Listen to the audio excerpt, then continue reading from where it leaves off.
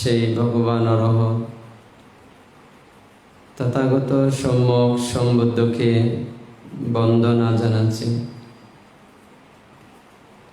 দ্বিতীয়বারও অনুরূপভাবে সেই ভগবান অরহৎ তথাগত সম্যক সম্বুদ্ধকে বন্দনা জানাচ্ছি।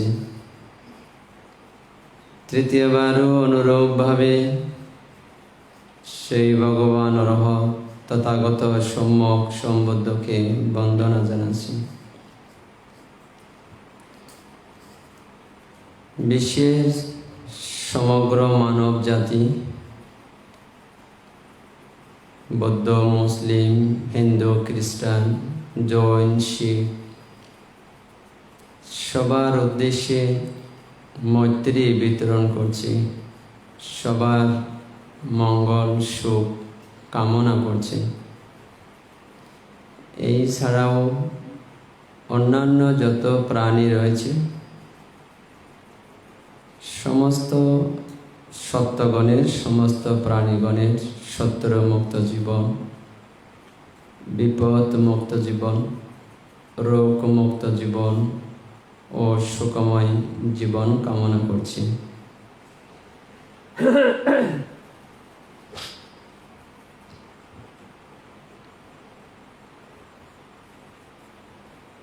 আজকে বর্তমান সময়ের মধ্যে যদি আমরা বিভিন্ন সামাজিক প্রেক্ষাপট, রাষ্ট্রীয় প্রেক্ষাপট, ঘরোয়া পরিবেশ এবং ব্যক্তিগত জীবন যদি নিরীক্ষণ করা হয়, সমীক্ষা করা হয়, সেখানে দেখা যায় গুটি কয়েকজন খুব অল্প সংখ্যক মানুষ, কি শিক্ষিত কি অশিক্ষিত, কি ধনী কি গরিব, খুব অল্প সংখ্যক মানুষ ধর্মময় জীবন যাপন করছে, ধর্মের পথে চলছে। আর অধিকাংশ নরনারী, অধিকাংশ নারী পুরুষ ধর্মের বিপরীত অভিমুখী ধাবমান জীবন যাপনকারী। এখানে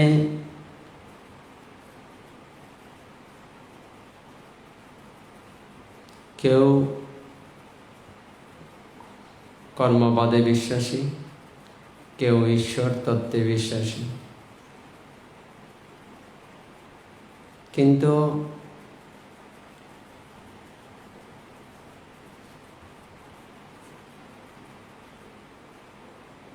যেই তত্ত্বেই বিশ্বাস করুক না কেন,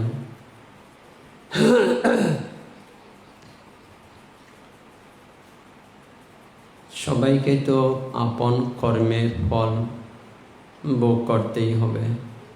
সেটা আজ কিংবা কাল, দুদিন আগে কিংবা দুদিন পরে।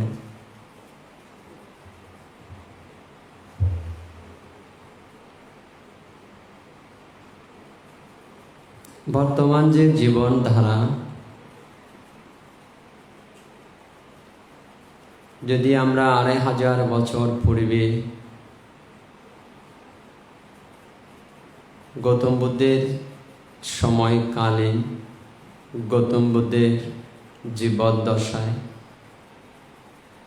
যদি আমরা কয়েকজনের জীবন কাহিনী দেখি যারা গৌতম বুদ্ধের সাথে খুব সম্পৃক্ত ছিলেন,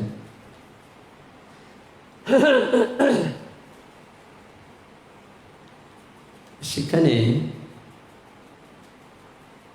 ত্রিপিটক শাস্ত্রের মধ্যে সূত্র পিটকে ক্ষুদ্রক নিকায়ে ধম্মপদে দেখা যায় শ্রাবস্তী নগরীতে বুদ্ধ যখন জেতবন বিহারে অবস্থান করছিলেন তখন একজন উপাসক খুব ধনাঢ্য ব্যক্তি,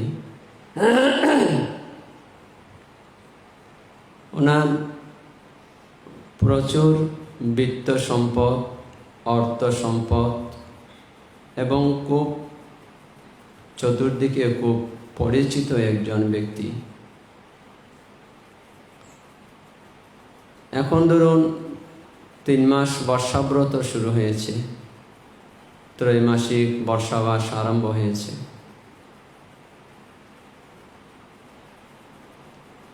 তো এই বুদ্ধের সময়কালীন অন্যান্য সময় তো অবশ্যই শীল পালন করতেন, কিন্তু বর্ষাবাস চলাকালীন একজন উপাসক সবাইকে অনুপ্রাণিত করতেন, উৎসাহিত করতেন অষ্টশীল গ্রহণ করার জন্যে। এই ছাড়াও অন্যান্য সময় বুদ্ধের কাছে আসার জন্য,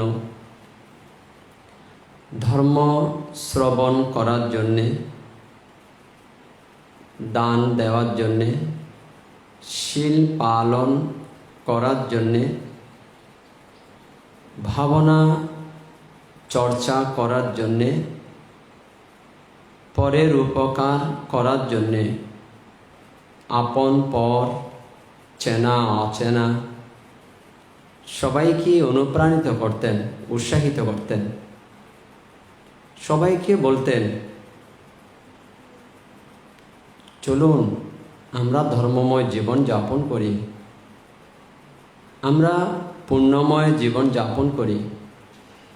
জগতে তথাগত বুদ্ধের উৎপত্তি হয়েছে, আমাদের কত সৌভাগ্য, আমরা বৌদ্ধ দর্শন লাভ করতে পেরেছি। ওই উপাসক বলতেন সবাইকে, বুদ্ধের সাক্ষাৎ আমরা লাভ করতে পেরেছি, কতই না সৌভাগ্য আমাদের।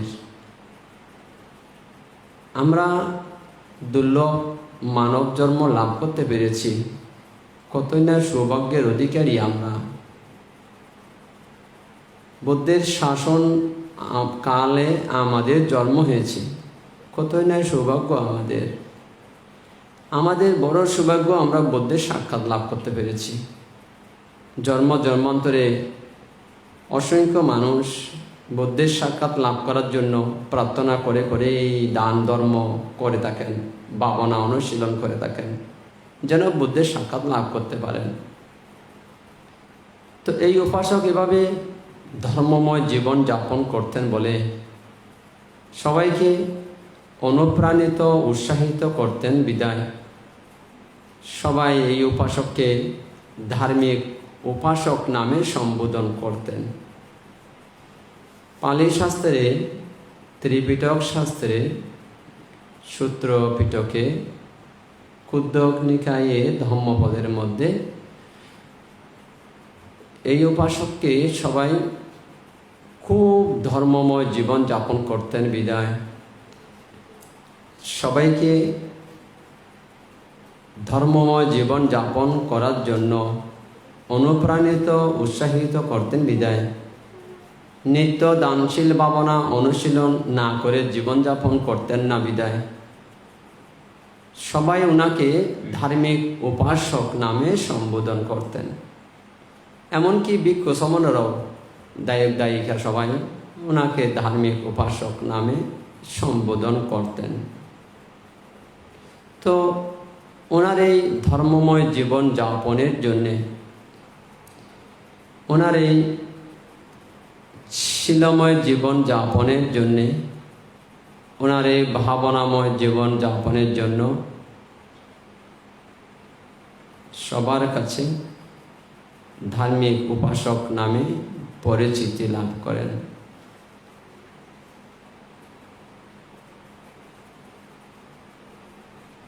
এই উপাসক এমন মনে হচ্ছে যদি আজকের দিনের মধ্যে দানশীল ভাবনা যদি না করতেন, মনে হতো জীবনে কোনো একটা কিছু অপরিপূর্ণ থেকে গেছে, এতে উনি ছটফট করতেন। আপনারা চিন্তা করে দেখুন এ কেমন মানুষ। আর এখন কেউ যদি ভাবনা করে আরেকজনে ঠুন টিটকিরি মারে, ইয়ার কি করে। কেউ যদি শিল পালন করে পাশের বাড়ি আরেকজনের ঠুন টিটকিরি করে, ইয়ার কি করে, ঠাট্টা করে। কেউ যদি বিহারে যায় পাশের বাড়ির আশেপাশে মানুষেরা ঠুন টিটকিরি করে, ঠাট্টা ইয়ার কি করে। অধর্মী বেড়ে গেছে, অধার্মিকের সংখ্যা বেড়ে গেছে। যদি প্রশ্ন করেন হাতি আছে, ঘোড়া আছে, নারী আছে, পুরুষ আছে, গরু আছে, ছাগল আছে, পিঁপড়া আছে, সাপ আছে, বাঘ আছে, জন্তু জানোয়ার আছে, আম গাছ আছে, জাম গাছ আছে, কাঁঠাল গাছ আছে, লিচু গাছ আছে, চন্দ্র আছে, সূর্য আছে, বাংলাদেশ আছে, ভারত আছে, আমেরিকা আছে, জাপান আছে, কোরিয়া আছে, থাইল্যান্ড আছে, চীন আছে, জাপান আছে, রাত আছে, দিন আছে, সব কিছু আছে। কি নেই? প্রশ্ন হবে ধার্মিক নেই। কি নেই? সব আছে। কি নেই বর্তমানে যদি প্রশ্ন করা হয়? ধার্মিক নেই, শীলবান সৎপুরুষ নেই। নেই আমি একদম মানে একদম 100% বলছি না, অর্থাৎ হয়তো একজন দুইজন পাওয়া যাবে। তো এটা বলতে চাইছি আপনাদেরকে, যদি প্রশ্ন করা হয় জগতে সব কিছু আছে, আমি যেমনটা বলেছিলাম, আম গাছ, জাম গাছ, কাঁঠাল গাছ, লিচু গাছ, বাঘ, ভাল্লুক, টিয়া পাখি, ময়না পাখি, অমুক পাখি, সমুক পাখি, আকাশ বাতাস, চন্দ্র সূর্য, তারা, নক্ষত্র, এই দেশ ওই দেশ, সব আছে। নেই কি? কি নেই? তার উত্তর হবে ধার্মিক নেই। ঠিক না? ধার্মিক নেই, সৎপুরুষ নেই, ভালো মানুষ নেই।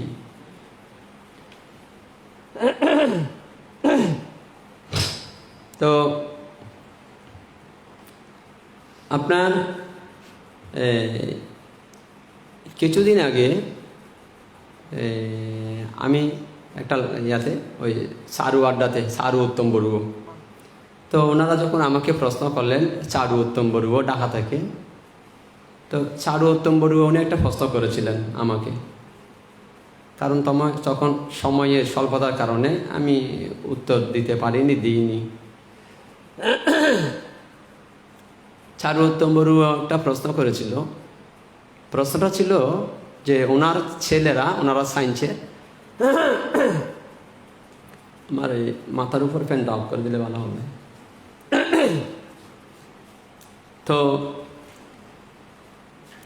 চারু উত্তম বড়ুয়া উনি যে প্রশ্নটা করলেন যে ভান্তে আমার ছেলেরা, ওনারা তো, তারা তো সায়েন্সের স্টুডেন্ট, তারা এই যে স্পিরিচুয়াল পাওয়ার, আধ্যাত্মিক শক্তি,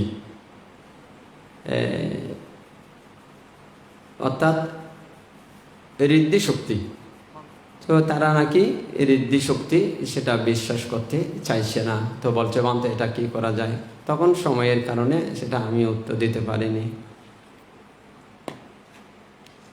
তো দেখুন, বুদ্ধ ত্রিপিটক শাস্ত্রে, আমি আজকে ঋদ্ধির কথা বলছি না, এমনি জাস্ট চারু উত্তম বড়ুয়া যে প্রশ্নটা করেছে সেটা বলছি। সেটা সময় সাপেক্ষে নিশ্চয়ই উত্তর দেওয়া হবে। তো এখানে সায়েন্সে যারা যারা সায়েন্স স্টাডি করে, সায়েন্সের যারা ছাত্রছাত্রী, যেমন ধরুন ঢাকাতে ওই বাংলা ভিশনের senior news editor Sucharita Barua Suchi, ওনার স্বামী উনিও সায়েন্সের। তো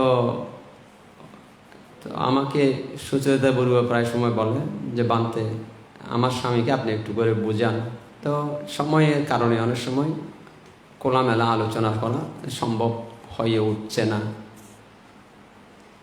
তো যারা সায়েন্সের স্টুডেন্ট, আমি আপনাদের এটা বলতে চাইছি, সায়েন্স নিয়ে যারা পড়াশোনা করছেন ওনারা নাকি ধর্ম তেমন বিশ্বাস করতে চায় না।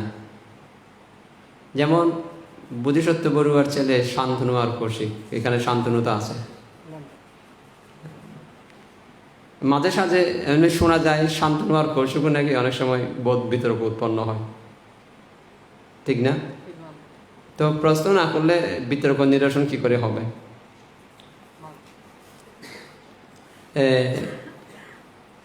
এখন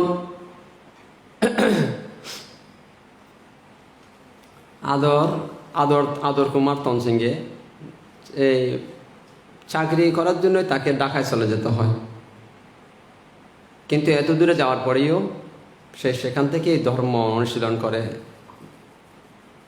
ধর্ম রক্ষা করে চলছে। তো আপনার দেখুন এখানে সেদিন বড়ুয়ার ট্যাগ থেকে ওই কি নাম দুজন ছেলে ছিল যে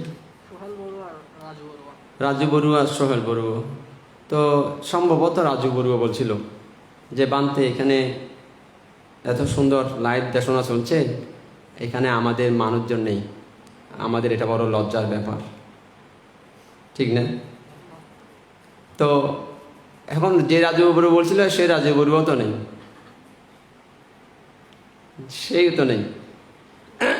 তো যতটা জানতে পারছি, দেখুন আপনারা তো কাছে রয়েছেন, ভারত থেকে আপনার ভারতের কলকাতায় ব্যান্ডেল, আমিও ওখানে এমনি ছিলাম, মাঝে সাঝে আসা যাওয়া করতাম। ব্যান্ডেল থেকে অর্চনা বড়ুয়া, ওখান থেকে নাকি প্রায় সময় লাইভ দেখে। তাহলে ওনারা এতদূর থেকে অর্চনা বড়ুয়া কলকাতা ব্যান্ডেল থেকে। তো আর কোথায় আমেরিকাতে শিবরা বড়ুয়া আর আরেকজন কি সুমন বড়ুয়া, তারা আমেরিকায় থাকে, তারা সেখান থেকে ধর্মচর্চা করছে। শিবরা বড়ুয়া, সুমন বড়ুয়া, তারা ওখান থেকে ধর্মচর্চা করছে। তো বিভিন্ন প্রেক্ষাপট, যদিও আজকে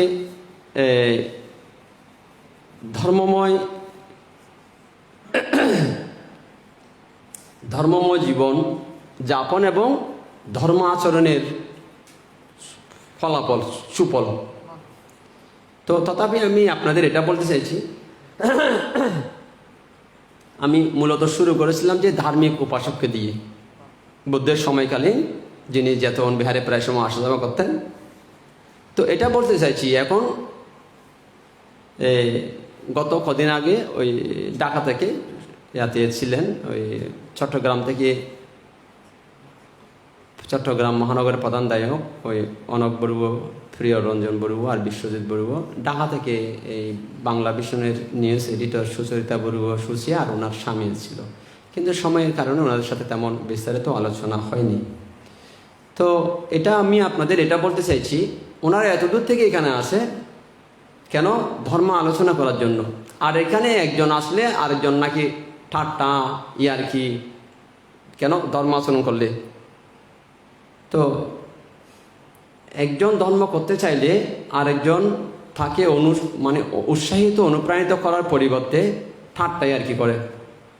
তো আমি এটা আপনাদের বলতে চাইছি, 2500 বছর আগে এই ধার্মিক উপাসক উনি সবাইকে অনুপ্রাণিত করতেন যে আমরা মানব জন্ম লাভ করেছি, আসুন আমরা বুদ্ধের সাক্ষাৎ লাভ করেছি, আমরা ধর্মময় জীবনযাপন করি, আমরা শীল পালন করি, আমরা সদাচার জীবন যাপন করি, আমরা ভাবনা চর্চা করি, এভাবে সবাইকে উৎসাহিত অনুপ্রাণিত করতেন। আর বর্তমান সময়ে দেখা যায় একজন ধর্ম পালন করলে আরেকজন তাকে ব্যতিক্রম ধর্মী দৃষ্টিভঙ্গিতে দেখে, ঠিক না? হ্যাঁ, এরকম না? এরকম তাকে এটা বলে না অতি উত্তম আপনি ধর্ম আচরণ করছেন, সেটা বলে না, তাকে আরো নানা রকম ব্যতিক্রম ধর্মী বাক্য শোনায়, ঠিক না? এরকম না? হ্যাঁ, শিল্পী বড়ু এরকম না?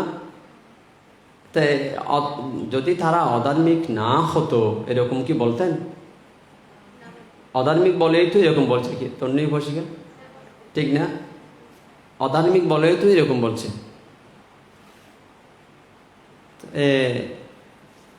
তো এই জন্য এটা আপনাদের বলছিলাম, জগতে অমুক আছে, সম্মুখ আছে, এই আছে, সেই আছে, কি নেই?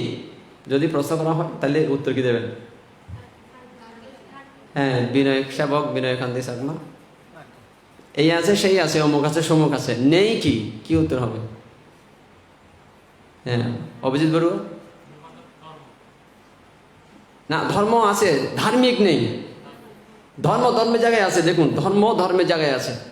হ্যাঁ, জয় বড়ুয়া, কি নেই? আপনাদের যদি জিজ্ঞেস করে অমুক আছে, সম্মুখ আছে, এই আছে, সেই আছে, নেই কি?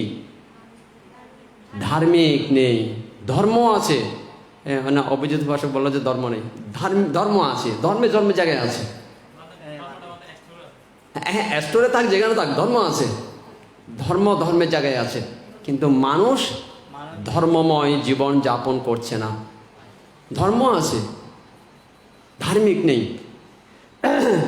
ধার্মিকের অভাব। তো আপনার সায়েন্সে যারা আছেন, আপনারা তো প্রায় সায়েন্সের মনে হচ্ছে না? শান্তনু বড়ুয়া সায়েন্সের না? অভিজিৎ, আপনার সায়েন্সের। দেখুন, বুদ্ধ ত্রিপিটক শাস্ত্রে বলেছে যে এখন তো একটা সূর্য দেখতে পাচ্ছেন, ঠিক না?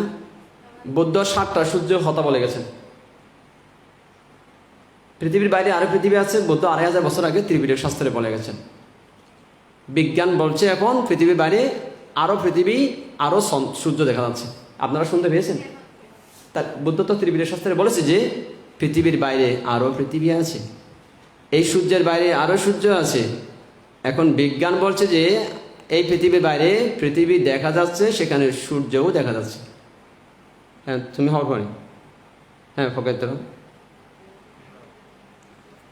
বিজ্ঞান এখন বলছে যে পৃথিবীর বাইরে পৃথিবী দেখা যাচ্ছে, সেখানে সূর্য দেখা যাচ্ছে।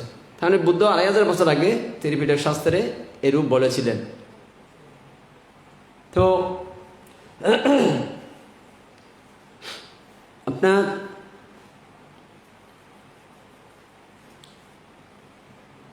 বর্তমান পরিস্থিতি আর 2500 বছর আগে সামাজিক মানুষের জীবনধারা কেমন ছিল?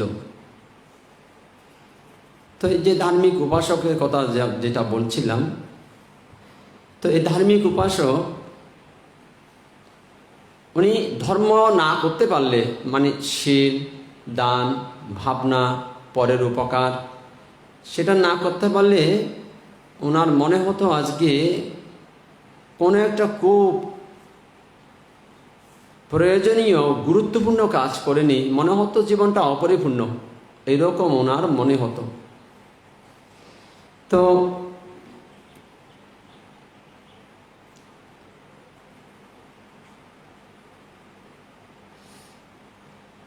এখন ধার্মিক উপাসক উনি প্রায় সময় সকাল বিকাল অন্যান্য কাজ সুসম্পন্ন করে উনি বিহারে যেতেন, বুদ্ধকে দর্শন করতেন, এবং গরিব দুঃখী মানুষদেরকে উনি দান দিতেন, ভিক্ষু শ্রমণদেরকে দান দিতেন, অভাবী মানুষদেরকে উনি দান ধর্ম দিতেন, বস্ত্রহীন মানুষকে উনি বস্ত্র দিতেন, অন্নহীন মানুষকে উনি অন্নদান করতেন।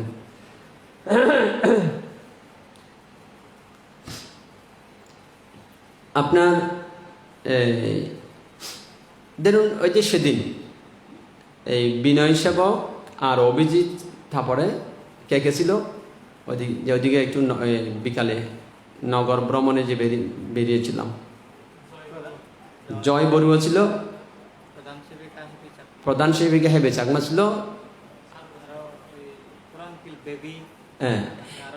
সেখানে ওই কিছু দূর অগ্রসর হওয়ার পরে রাস্তায় কিছু যে ভেঙে থেকে পড়েছিল সেগুলো কেউ পরিষ্কার করেনি, ঠিক না?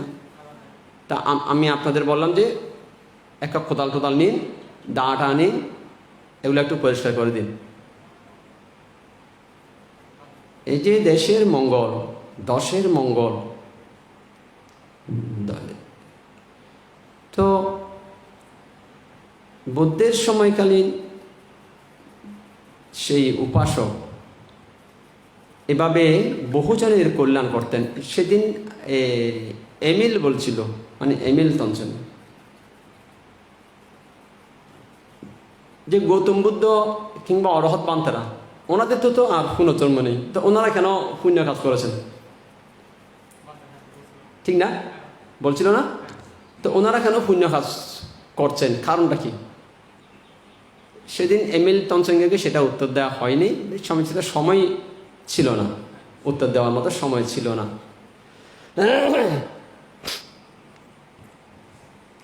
তো আমি আগে এই ধার্মিক উপাসকের এটা একটু করে আলোচনা করে নিই, তারপর সেটা বলা হবে সেই নিয়ে। তো যেটা আপনাদের বলছিলাম যে ধার্মিক উপাসক বুদ্ধের সময়কালীন উনি এভাবেই জীবন অতিবাহিত করছিলেন।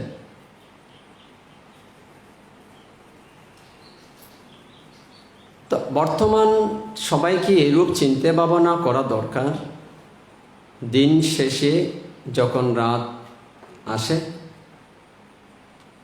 সবাই সারাদিনের ভালো মন্দ কাজের হিসাব করে দেখা দরকার। আমরা আজকে নিঃস্বার্থে কটা ভালো কাজ করেছি, যে কাজের মধ্যে আমাদের কোনো স্বার্থ ছিল না।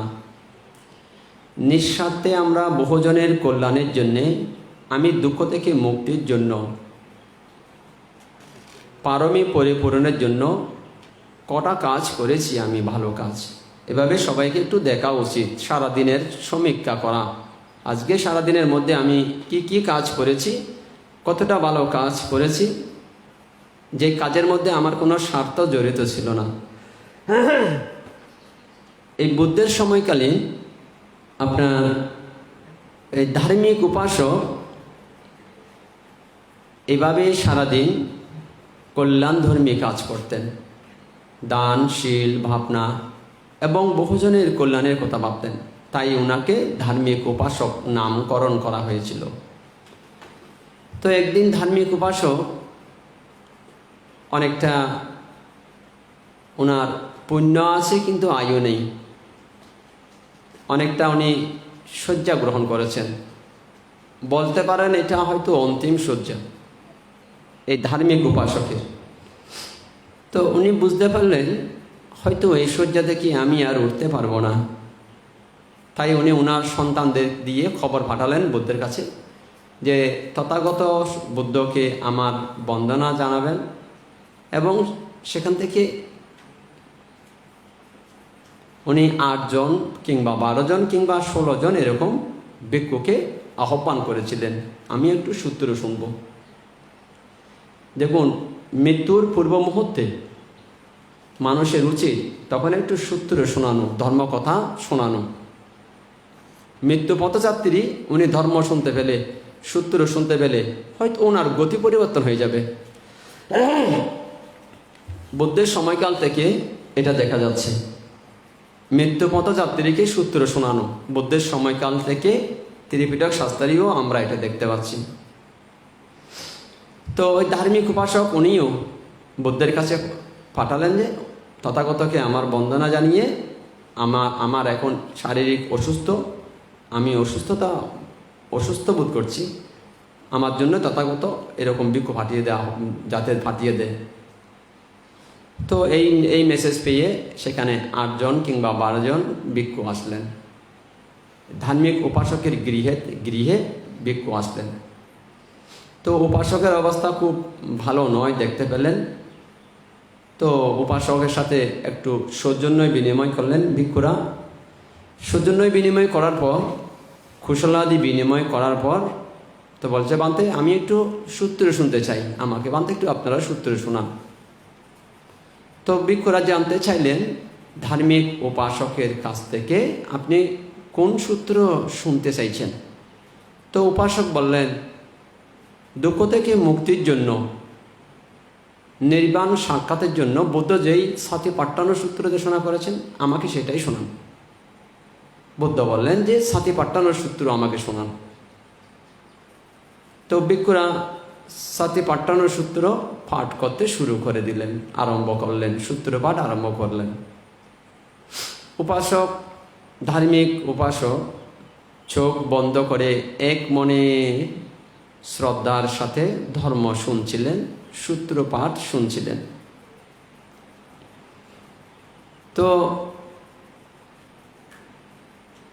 হঠাৎ উপাসক চোখ তো বন্ধ আছে, ভিক্ষুরা সূত্রপাঠ করছিলেন, ওনার ছেলে মেয়েরাও বসে সূত্র শুনছিল। হঠাৎ ধার্মিক উপাসক চোখ বন্ধ অবস্থায় বললেন, আপনারা থামুন থামুন, আপনারা থামুন থামুন থামুন, এরকম বললেন, থামুন থামুন, আপনারা কিছুক্ষণ অপেক্ষা করুন, এরকম কিছু শব্দ করছিলেন। এরকম উপাসকের মুখ থেকে এরকম কিছু বাক্য নির্গত হয়েছিল। তো ভিক্ষুরা চিন্তা করলেন, আমাদের সূত্রপাঠ করতে বললেন, আবার বলছে আপনারা থামুন থামুন। তো ভিক্ষুরা অসময় মনে করে সূত্র শুনতে চাইছে না, কিংবা হয়তো মরণাসন্নকালে মৃত্যু বইয়ে হয়তো উপাসক কোনো একটা আবুল তাবুল বকছিলেন, এরকম মনে করে, অসময় মনে করে ভিক্ষুরা প্রস্থান করলেন। ভিক্ষুরা প্রস্থান করার পর ধার্মিক উপাসকের ছেলেমেয়েরা কান্নাকাটি করছিল বাবার জন্য। আমার বাবা সারা বছর ধর্ম করেছে, এখন মৃত্যুর পূর্বে হয়তো মরণ ভয়ে, মৃত্যু ভয়ে হয়তো আবুল তাবুল বকছিল, সূত্রপাঠ বারণ করে দিচ্ছিল। হঠাৎ উপাসক সন্তানদের জিজ্ঞেস করলেন, বাবা তোমরা কান্নাকাটি করছো কেন? তার ছেলে মেয়েদের জিজ্ঞেস করলেন, তোমরা কেন কান্নাকাটি করছো? তো তারা বললেন, তুমি বাবা ভিক্ষুদের সংবাদ দিতে বলেছিলে, আমরা দিলাম, ভিক্ষুরা আসলো, তুমি সূত্র শুনতে চাইলে, ভিক্ষুরা সূত্রপাঠ আরম্ভ করলেন। ক্ষণকাল পরে তুমি থামুন থামুন, অপেক্ষা করুন অপেক্ষা করুন, থামুন থামুন, আপনি এরকম বলাতেই ভিক্ষুরা চলে গেছে। তা আমরা তো খুব চিন্তিত তোমার জন্য, তুমি মরণ বইয়ে কি ও আবুল তাবুল বকতে শুরু করে দিয়েছ, সূত্র শুনতে চাইছো না। ধার্মিক উপাসক সন্তানদের বললেন, আমি তো বাবা ভিক্ষুদের বারণ করিনি। তো বললেন, তুমি যদি ভিক্ষুদের বারণ না করে থাকো তাহলে কাকে বলছিলে এ কথাগুলো? তো ধার্মিক উপাসক বললেন, 6খানা দেবলোক থেকে 6খানা রথ এসে তারা আমাকে, কেউ বলছে আমাদের রথে আসুন, আর কেউ বলছে আমাদের রথে আসুন, অন্য কেউ বলছে আমাদের রথে আসুন। এভাবে প্রত্যেক দেবলোক থেকে যেই রথগুলো উপাসককে নেওয়ার জন্য ওনারা অপেক্ষা করছে, সমস্ত রথের দেবতারা নিজেদের আপন আপন রথে ওঠার জন্য, আপন আপন স্বর্গের অভিমুখী প্রস্থান করার জন্যই উপাসককে খুব অনুরোধ করছিল, ডাকাডাকি করছিলেন। তো উপাসক দেবতাদের কি বলছিল, আপনারা থামুন, আমি সূত্র শুনছি, থামুন আপনারা, দেবতাদেরকে বলছিলেন। তো সন্তানদের বললেন, দেখো বাবা, আমি তো দেবতাদেরকে বলছিলাম, আমার সূত্রপাঠে অন্তরায়, সূত্র শ্রবণের ক্ষেত্রে তারা অন্তরায় করছিল, আমি একটু সূত্র শুনেনি, যার কারণে বলছিলাম থামুন আপনারা। আমাকে বলছে আমাদের রথে আসুন, আরেকজন বলছে আমাদের রথে আসুন, আরেকজন বলছে আমাদের রথে আসুন। তাই বাবা আমি তাদেরকেও বলছিলাম থামুন আপনারা, আমি তো ভিক্ষুদের বলিনি। তো সেখানে একটা তো উপাসক তার সন্তানদের মধ্যে যে কথোপকথন, ধম্মপদের মধ্যে যা দেখা যাচ্ছে ত্রিপিটক শাস্ত্রে, সূত্র পিটকে। তো এখন কেউ তো তারা বলছে, বাবা আমরা তো রথ দেখতে পাচ্ছি না, দেবতাদের দেখতে পাচ্ছি না। তো উপাসক, ধার্মিক উপাসক সন্তানদের বললেন, আমি তো সবাইকে দেখতে পাচ্ছি, দেবতাদেরকে, এবং দিব্য রথ আমি দেখতে পাচ্ছি। তো বলছে, বাবা তোমরা আমাকে একটা ফুলের মালা দাও। তো বলছে, সবচাইতে যেই স্বর্গে বোধিসত্ত্ব যেই স্বর্গে বসবাস করেন, বোধিসত্ত্বের মাতা পিতারা যে স্বর্গে থাকেন সেটা তুষিত দেবলোক। তো আমি তুষিত দেবলোকে যাব, তোমরা একটা ফুলের মালা দাও, সেটা উপরে নিক্ষেপ করো, তুষিত দেবলোকের রথের চক্রের মধ্যে সেটা আবদ্ধ হোক, এই বলে তোমরা উপর দিকে নিক্ষেপ করো। তো উপর দিকে নিক্ষেপ করলেন, অনেকটা ফুলের মালাটা ঝুলে রয়েছে, কিন্তু মালা ঝুলে রয়েছে দেখতে পাচ্ছে, আর অন্য কিছু দেখা যাচ্ছিল না। তো ধার্মিক উপাসক তাদের বললেন, বাবা আমার প্রস্থানের সময় হয়ে গেছে, এই হচ্ছে তুষিত দেবলোকের রথ, রথের চক্রের মধ্যে ফুলের মালাটা ঝুলে রয়েছে। তো ক্ষণকাল পর উপাসক শেষ নিঃশ্বাস ত্যাগ করলেন। এদিকে ভিক্ষুরা জেতবন বিহারে ফিরে গেলেন, বুদ্ধের সাথে দেখা করলেন। তো বুদ্ধ জিজ্ঞেস করলেন, ভিক্ষুগণ তোমরা চলে আসলে কেন? তোমরা না সূত্রপাত করতে গেছিলে? তো ভিক্ষুরা বললেন, বান্তে, ধার্মিক উপাসক তো সারা বছর কত ধর্ম করেছে, কিন্তু আমরা সূত্রপাঠ করতে বললেন, আমরাও মহাজাতি পাঠানোর সূত্র আরম্ভ করেছিলাম। স্বল্প সময়ের পর আমাদের বলছে, থামুন থামুন থামুন থামুন আপনারা, আমরা উপাসক হয়তো মরণ বয়ে একটু বিচলিত কিংবা একটু ব্যতিক্রমধর্মী বাক্য ব্যবহার করছি, তাই আমাদের অসময় মনে করে আমরা সেই স্থান থেকে, তাদের বাড়ি থেকে প্রস্থান করলাম।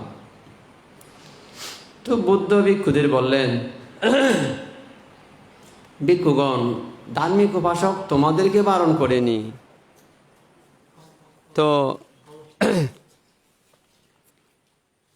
তো বুদ্ধ উপাসকদের, ভিক্ষুদের বললেন, বুদ্ধ এটা বোঝাতে চাইছেন যে ধার্মিক উপাসক তোমাদেরকে বারণ করেনি, ধার্মিক উপাসক বারণ করেছিল দেবতাদেরকে। তো ধার্মিক উপাসক সন্তানদের যেভাবে বুঝিয়ে দিলেন, বুদ্ধ ভিক্ষুদের সেভাবেই বুঝালেন। তো এখান থেকে আমরা এটা বুঝতে পারছি। তো ভিক্ষুরা বললেন বুদ্ধকে, আচ্ছা বান্তে, বুদ্ধকে বললেন,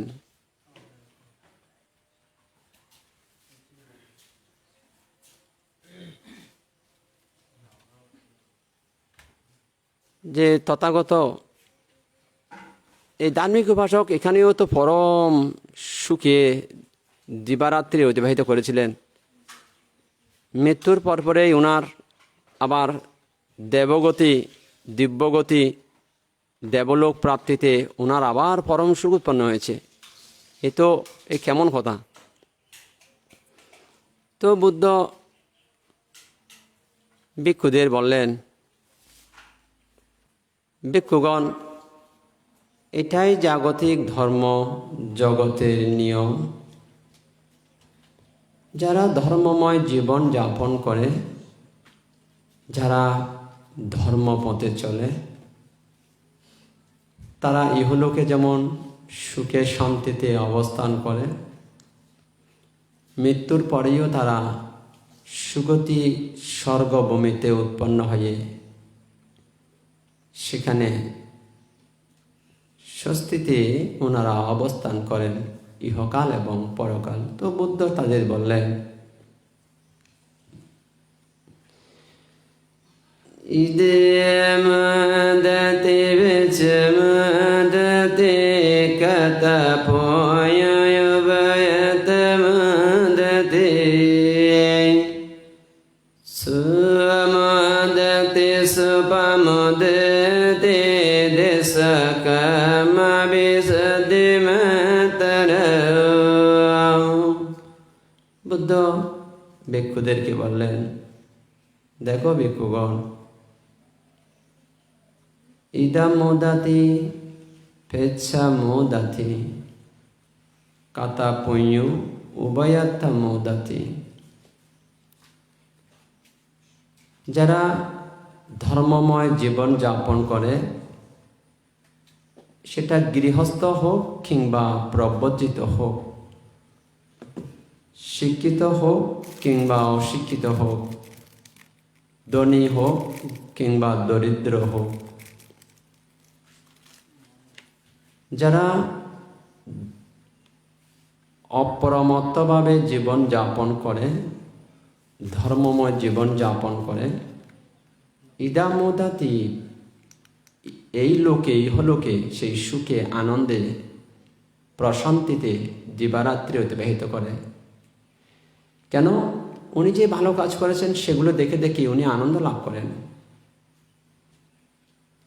পেচ্ছা মোদাতি কাতা পুণ্য উভয়াত্তা মোদাতি, ইহলোক এবং পরলোক, ইহকাল পরকাল উভয় লোকেই আনন্দ লাভ করেন, স্বস্তি লাভ করেন, সুখ লাভ করে থাকেন।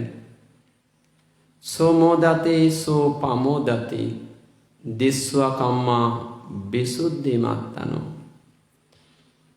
যারা এভাবে বহুজনের জন্যই চিন্তা করেন, বহুজনের সুখের কথা ভাবেন, বহুজনের দুঃখকে আপন দুঃখ মনে করে যারা জীবন অতিবাহিত করেন, বহুজনের সুখকে আপন সুখ মনে করে যারা জীবন অতিবাহিত করেন,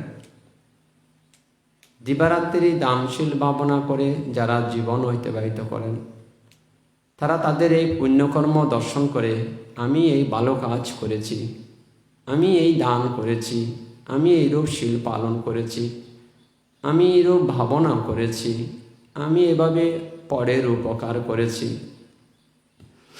ওনার এই কৃতকর্মগুলো দেখে উনি ইহকালে পরকালে সুখ লাভ করেন, আনন্দ লাভ করেন, স্বস্তি লাভ করেন। তো দেখুন, ইহকাল পরকাল উভয় কালে উভয় লোকে, ইহলোক পরলোক, ধার্মিক মানুষেরা, ধর্মময় জীবন যাপনকারী ব্যক্তিগণ, ওনারা উভয় লোকেই প্রশান্তিতে থাকেন, শান্তিতে থাকেন, সুখে থাকেন। ওনারা দুর্গতি ভূমিতে জন্মগ্রহণ করেন না। ওনাদের আচরিত জীবন দ্বারা বহুজনের সুখের কারণ হয়, বহুজনের স্বস্তির কারণ হয়। তো এভাবে আজ থেকে ২,৫০০ বছর আগে এই যে ধার্মিক উপাসকের জীবন দ্বারা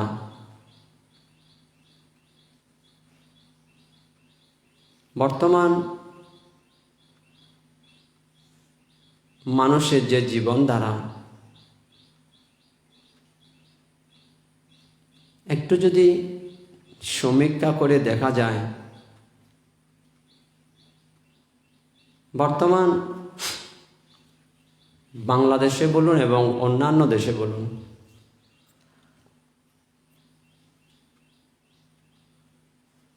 আত্মনিন্দা ভয় এবং পরনিন্দা ভয়, দণ্ড ভয় এবং দুর্গতি ভয়, এই চারি ভয়ের কথা চিন্তা করে ধর্মময় জীবনযাপনকারীর সংখ্যা খুব চোখে পড়ে না এখন।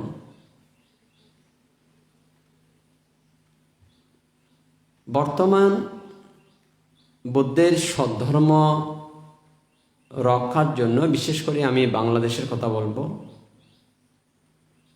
বাংলাদেশে যেসব ভিক্ষু এবং গৃহী রয়েছে, আমি সবার প্রতি নিঃসন্দেহে আমি সম্মান প্রদর্শন করছি, যে সবার অবদান আমি অস্বীকার করতে পারবো না। কিন্তু বর্তমান বাংলাদেশের বৌদ্ধ ধর্মের যে প্রেক্ষাপট, যে অবস্থা, এখন মহা করুণাপরায়ণ, জাতির প্রতি দরদি, বৌদ্ধ শাসনের প্রতি দরদি, জাতির প্রতি আন্তরিক, বৌদ্ধ শাসনের প্রতি আন্তরিক তেমন ভিক্ষু এবং গৃহী এখন দেখা যাচ্ছে না। যার মধ্যে এই গুণগুলো ছিল, মহা তেজস্বী, মহাপরাক্রমশালী, সত্যের প্রতীক, ন্যায়ের প্রতীক এবং আদর্শের প্রতীক, মহান সাধক, আধ্যাত্মিক মহাপুণ্যপুরুষ, সে মহাপুরুষ বনবান্তে উনি আর নেই। কেবল রাঙ্গামাটি রাজবনবিহারে ওনার দেহ পড়ে রয়েছে। এই মহাপুরুষ বাংলাদেশের বৌদ্ধ ধর্ম রক্ষার জন্য ওনার যে অবদান, আমি সর্বদা অবনত মস্তকে আমি ওনার এই গুণ স্মরণ করি, শ্রদ্ধা করি, সম্মান করি। বনবান্তের কোনো বিকল্প হতে পারে না।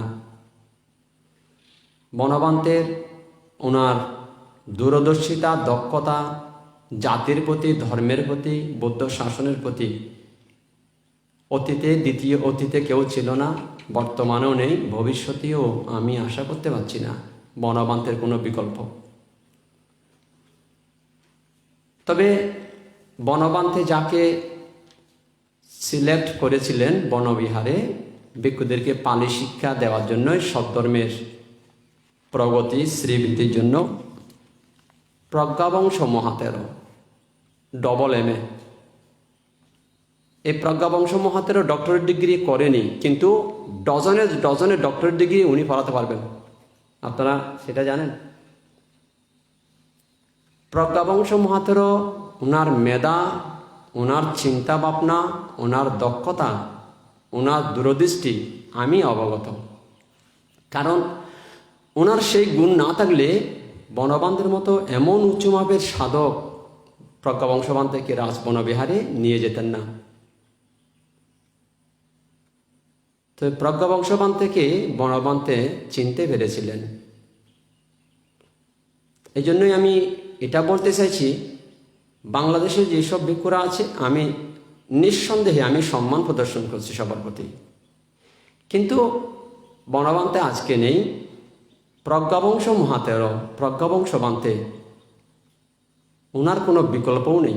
প্রজ্ঞাবংশবান্তের মেধা, দক্ষতা, ওনার দূরদৃষ্টি, চিন্তার অতীত সাধারণ মানুষেরা, সাধারণ ভিক্ষুরা চিন্তা করতে পারবে না। তো আমি এটা বলতে চাইছি, বর্তমান বাংলাদেশে বৌদ্ধ ধর্ম দর্শন, বৌদ্ধ শাসনের জন্য, জাতির জন্য প্রজ্ঞাবংশবান্তের কোনো বিকল্প নেই। প্রজ্ঞাবংশবান্তের খুব দরকার ছিল বর্তমানে বাংলাদেশে। আমি প্রজ্ঞাবংশবান্তের অভাব অনুভব করছি বাংলাদেশের মধ্যে, ওনার অভাব আমি অনুভব করছি। তো সম্ভবত প্রজ্ঞাবংশবান্ত এখন এতে উনি না, ফ্রান্সে নেই মনে হয়, এখন অস্ট্রেলিয়া না কোন দেশের মনে সম্ভবত। তো আমি এটা বলতে চাইছি, বর্তমান বাংলাদেশে বৌদ্ধ ধর্ম, দর্শন, সামাজিক যে পরিস্থিতি, প্রজ্ঞাবংশবান্তের মতো মেধা বাংলাদেশে এখন দরকার আছে।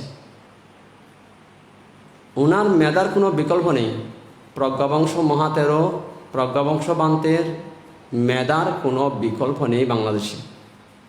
আমি বহু দেখেছি, টেকনাফ থেকে তেঁতুলিয়া, আমি আমার দৃষ্টিপথে আমি যা দেখছি, প্রজ্ঞাবংশবান্তের কোনো বিকল্প নেই। ওনাকে খুব দরকার ছিল বাংলাদেশে, কিন্তু হতভাগ্য বাঙালি সমাজ বুঝতে পারল না। এই সমাজ বুঝতে পারল না। তো আজকে দৈন্য দশা। তো এই কারণে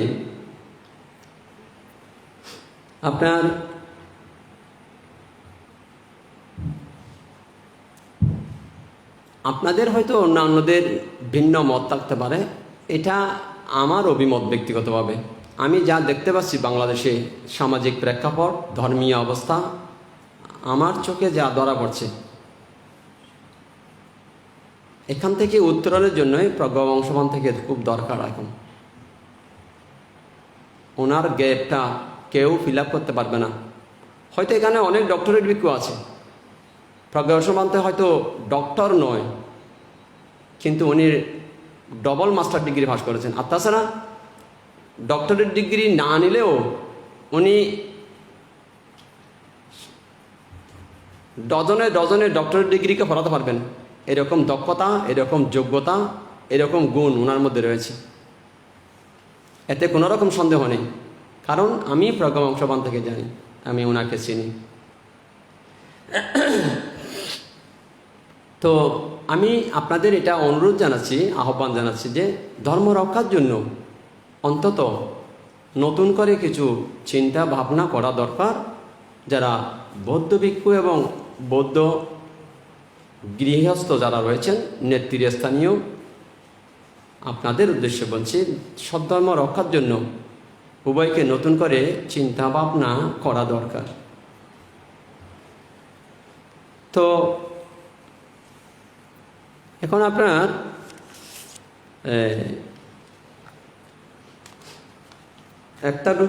কয়েকটা প্রশ্ন করেছে। একটা প্রশ্ন করেছে অন্তিক বড়ুয়া, চট্টগ্রাম, হামজারবাগ। তার প্রশ্ন হচ্ছে, আমরা দান দেওয়ার উত্তম পাত্র অর্থাৎ শীলবান সৎপুরুষ, আর্য পুরুষ কীভাবে নির্ধারণ করব? অন্তিক বড়ুয়া, চট্টগ্রাম, হামজারবাগ থেকে আপনি যে প্রশ্ন করলেন, আমরা দান দেওয়ার জন্য উত্তম পাত্র শীলবান সৎপুরুষ, আর্য পুরুষ কীভাবে নির্ধারণ করব? দেখুন, আপনি ত্রিপিটক স্টাডি করুন। ত্রিপিটক স্টাডি করে ভিক্ষুদের জীবনধারা দেখুন, এবং আপনি ভিক্ষু যে পাতিমুখ্য আছে 227 শিল, সেই 227 শিলগুলো দেখুন। 227 শিলের মধ্যে ভিক্ষুদেরকে কীভাবে জীবন যাপন করতে হবে সেখানে 227টা ধারা আছে। সেই 227টা ধারা কীরকম বুদ্ধ কীভাবে দিয়েছেন সেই ধারাগুলো আপনি আগে দেখুন, এবং সেই ধারাগুলো কোন কোন ভিক্ষু মেনে চলছে সেভাবে দেখুন। আপনি তো এখন আর্য পুরুষ চিনতে পারবেন না, কিন্তু আগে 227 শিলগুলো কারা কারা মেনে চলছে সেগুলো দেখুন। সেগুলো দেখে যদি আপনি দান দিতে পারেন, এতে আপনার মহাফল হবে। এই জন্যই ভিক্ষুদের দেখে বুঝতে পারবেন না, আপনাকে পাতিমুখ্য জানতে হবে। পাতিমুখ্যের মধ্যে 227টা ধারা আছে, অর্থাৎ 227টা শিল আছে। সেই শিলগুলো কারা পালন করছে, কারা পালন করছে না, আপনি পাতিমুখ্য না জানলে বুঝতে পারবেন না। তাই পাতিমুখ্য স্টাডি করুন, তারপর বুঝতে পারবেন যে কারা শিল পালন করছে, কারা করছে না। তখন আপনি অনায়াসেই দানের পাত্র নির্ধারণ করতে পারবেন। আপনার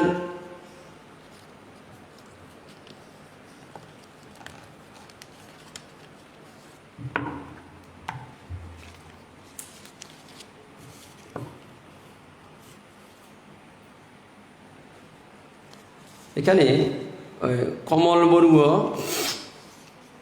ওমান প্রবাসী, ওনার প্রশ্ন, আমি রাত্রে যখন ভাবনায় বসি তখন অনেক ভয় উৎপন্ন হয়। আমি আর চিত্তকে ঠিক রাখতে পারি না, অথচ রুমে অন্য লোক ঘুমিয়ে থাকে, তবুও আমার ভয় উৎপন্ন হয়। এখন আমি কিভাবে চিত্তকে ঠিক করে ভাবনা করতে পারি? তো এটা কোন কমল বড়ু? পরাং গেলেন না? ও আচ্ছা, ও বান্তে জ্ঞাতি উপাসক কমল বড়ু। আপনি যে প্রশ্ন করেছেন এই ওমান থেকে, আপনার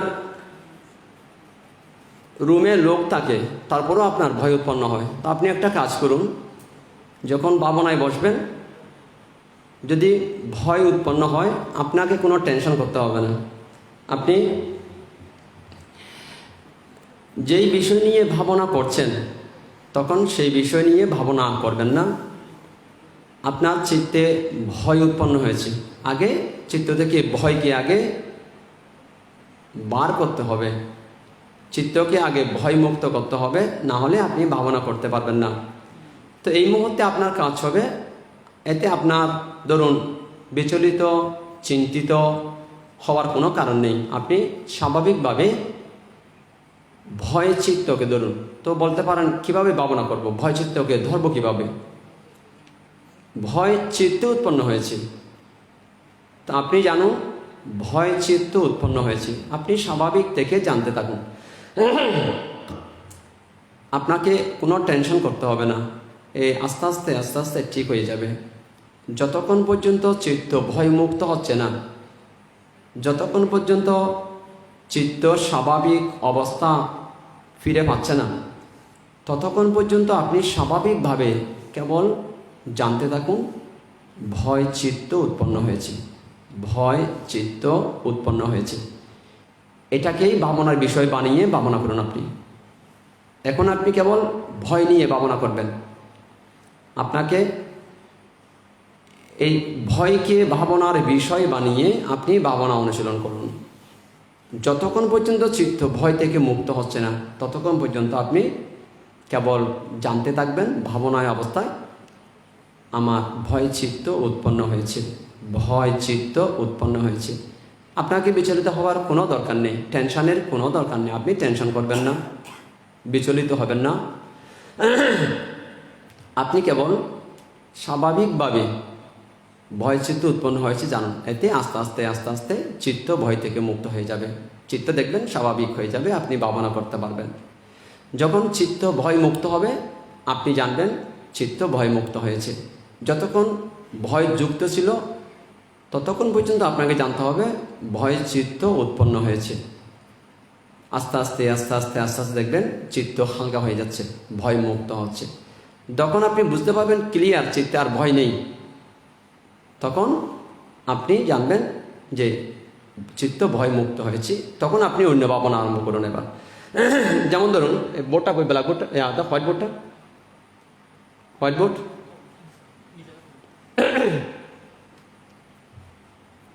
আপনার হোয়াইট বোর্ডটা কই?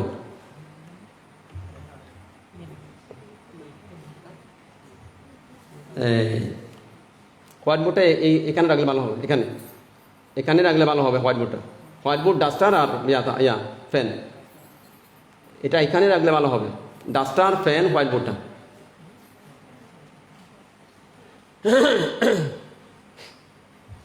তো হোয়াইট বোর্ডটা থাকলে ওনাকে বোঝাতে সুবিধা হতো।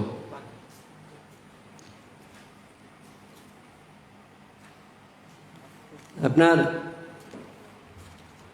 বিকাশ বর্গ আবুধাবি প্রবাসী, আবুধাবি থেকে বিকাশ বর্গ উনি প্রশ্ন করলেন, বড়ুয়ার ঘরে জন্ম নিলেই কি বৌদ্ধ হওয়া যায়, নাকি আচরণগতভাবে বৌদ্ধ হওয়া উচিত? বৌদ্ধ হতে গেলে আমাদের কি করা উচিত? উপাসক বিকাশ বর্গ, আপনি যেটা প্রশ্ন করলেন, মানে বৌদ্ধ পরিবারে জন্মগ্রহণ করলেই কি বৌদ্ধ হওয়া যায়, নাকি আচরণগতভাবে বৌদ্ধ হওয়া উচিত? দেখুন, বৌদ্ধ পরিবারে জন্মগ্রহণ করলে বৌদ্ধ হওয়া যায় না। যার বৌদ্ধের শিক্ষা আচরণ নেই, যারা জন্মান্তর মানে না, পঞ্চশীল মানে না, অষ্টশীল মানে না, ধর্মকর্ম মানে না, বুদ্ধের সদ্ধর্মর জন্য চিন্তা নেই, ভাবনা নেই, প্রচার প্রসারে আন্তরিকতা নেই, সদ্ধর্ম অনুশীলন নেই, তারা বৌদ্ধ পরিবার জন্মগ্রহণ করলেও তারা বৌদ্ধ হতে পারে না, তারা বৌদ্ধ নয়। বুদ্ধের সদ্ধর্ম আচরণ করলেই তাদেরকে বৌদ্ধ বলা হয়। তাই বৌদ্ধ পরিবার জন্মগ্রহণ করলে তারা বৌদ্ধ হতে পারে না। যদি বুদ্ধের সদ্ধর্ম আচরণ না করে, যদি ধর্ম মেনে না চলে, তারা বৌদ্ধ হতে পারে না। বৌদ্ধ হতে হলে আমাদের কি করা উচিত? আপনাদের করতে হবে আপনার বুদ্ধের প্রতি শ্রদ্ধা, ধর্মের প্রতি শ্রদ্ধা, সঙ্ঘের প্রতি শ্রদ্ধা, ত্রিরত্নের প্রতি শ্রদ্ধা, এবং ধর্মের পরিহানি হলে পরিহানি থেকে ধর্মকে শ্রীবৃদ্ধির জন্যই জান প্রাণ দিয়ে প্রচেষ্টা করা, এবং বুদ্ধের সদ্ধর্ম ব্যতীত ত্রিশরণ থেকে যেন আপনাদের চ্যুত না ঘটে, ত্রিশরণ থেকে যদি আপনাদের পদস্খলন না হয়। বুদ্ধের স্মরণ, ধর্মের স্মরণ এবং সঙ্গের স্মরণ। ধর্মের আপনার বুদ্ধের সুখে সুখী, ধর্মের সুখে সুখী, সঙ্গের সুখে সুখী। তো ধর্মের প্রচার প্রসারের জন্য আপনাদের কোনো না কোনো ভূমিকা প্রতিপালন করতে হবে। সঙ্গের শ্রীবৃদ্ধির জন্য আপনাদের ভূমিকা প্রতিপালন করতে হবে। ধর্ম সুরক্ষার জন্য আপনাদের এগিয়ে আসতে হবে এবং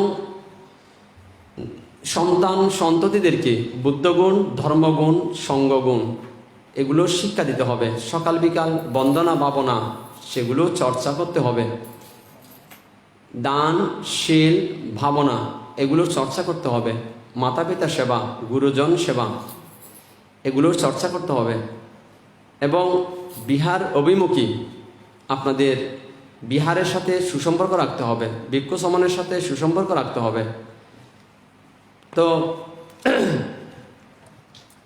এই গুণগুলো না থাকলে, যদি কারো জীবনে ধরুন পুনর্জন্ম বিশ্বাস নেই, কর্মফলে বিশ্বাস নেই, জন্মান্তরে বিশ্বাস নেই, পাপ পুণ্যে বিশ্বাস নেই, অরহৎ বিশ্বাস নেই, মার্গফল বিশ্বাস করে না, নির্বাণ বিশ্বাস করে না, বুদ্ধের সুখে সুখী, ধর্মের সুখে সুখী, সঙ্গের সুখে সুখী, দুঃখে দুঃখী, সদ্ধর্মের পরিহানি দেখলেও চুপচাপ থাকে, সদ্ধর্ম প্রচারের জন্য যাদের কোনো চিন্তা ভাবনা নেই, ধর্ম শিক্ষার ব্যাপারে যারা উদাসীন,